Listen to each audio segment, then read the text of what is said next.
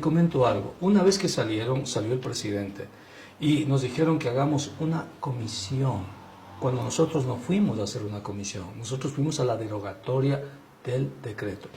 Entra el presidente de la República, se instala la reunión. En la segunda parte. En la segunda parte, ajá, después de que no me dejaron hablar, y el presidente dice: he decidido dejar sin efecto el decreto 883. Y eso es público. Sí, sí, lo vimos. Eso es público. Ajá. Inmediatamente después el Contralor dice: señor presidente, aquí tenemos el acuerdo al que hemos llegado, sin que se haya trabajado con las organizaciones. ¿Y qué es lo que propone el Contralor con el ministro de Finanzas? Y además decía: se deroga el decreto y se establece una comisión para trabajar el nuevo decreto, ¿no?, en donde consten la focalización, los subsidios y todo lo demás. Es decir, habíamos, si tú quieres, hecho tanta lucha para nada.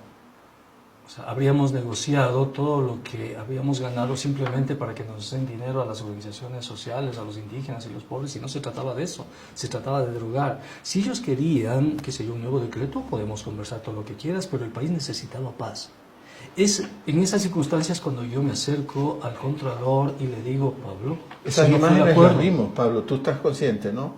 me dijeron que sí, pero yo no las vi. Las vimos porque hay alguien... Yo le dije: no, Pablo, sí. Dije: no. No hay ningún acuerdo, o sea, no, sí. Es que hemos llegado, me dice, hemos llegado a ese acuerdo, el acuerdo de volver a hacer el decreto, recuperando otra vez el mismo precio para la gente, eliminando los subsidios, que la gente siga pagando otra vez gasolina y diésel caros, pero claro, esta vez lo que se iba a recaudar nos iban a entregar a nosotros, nos iban a comprar.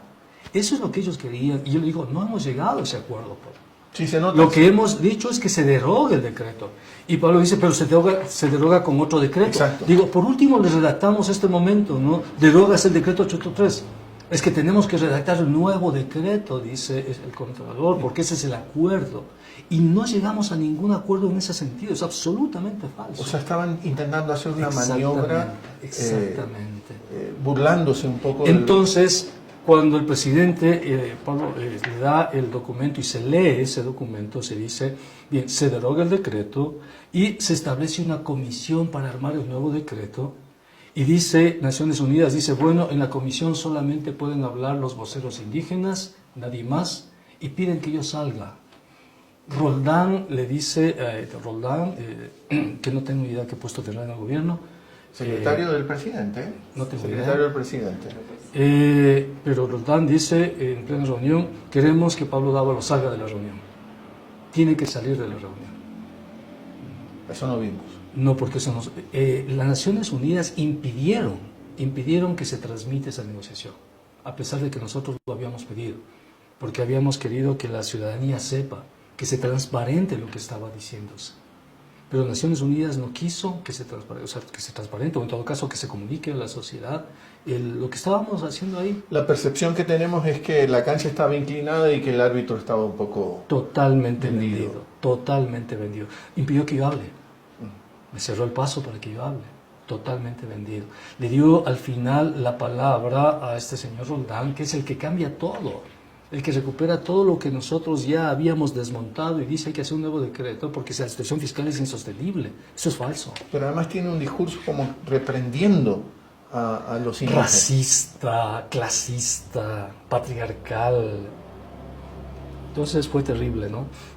Pero hay una escena también, Pablo, que cuando entran de vuelta, cuando ya se termina la segunda parte, ahí vemos la intervención de Leonidas Issa, indignado. Porque no habíamos llegado a ningún acuerdo. Leonidas está indignado y la mesa empieza a descomponerse, ¿no? Sí. Y entonces, antes de que empiece la descomposición, todavía está ahí el presidente.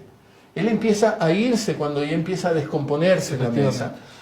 Y yo pensé: el presidente se va a quedar, pues no va a permitir que esto se eche a perder. El presidente se va de todas maneras, aunque ya él asiste al inicio de la descomposición de la mesa, porque Leonidas Issa está indignado. Él dice, y se refiere al Contralor. Nos manipularon. O sea, nos manipularon en el sentido de decirnos: señores, está bien, se deroga el decreto, pero aprueben el nuevo decreto que establece lo mismo. Entonces, ¿qué hicimos después? Entonces se retoman la cuestión Se ¿cuándo arman las vuelve a tomar mesas, el cauce? se arman las mesas, se establecen las Naciones Unidas quería que solo hablen los voceros indígenas, que no hable prácticamente yo. Naciones Unidas hizo todo lo posible para que no hable, todo lo posible. Llegaron incluso a la agresión verbal en mi caso. O sea, Naciones Unidas, ¿verdad? Los mediadores. Y eso es público, te lo puede decir cualquier persona. Pero yo estuve con la dirigencia ahí, sostuvimos nuestra posición y nos sostuvimos en el hecho, ya, ¿quieren hacer un decreto? Hagamos el decreto, pero no en esta oportunidad. Reunámonos después y que sea un debate público, un debate nacional sobre qué significan los subsidios, cómo se puede hacer política agrícola, qué datos hay reales, etcétera, y protejamos a los más pobres. Pero en este momento deroguemos el decreto.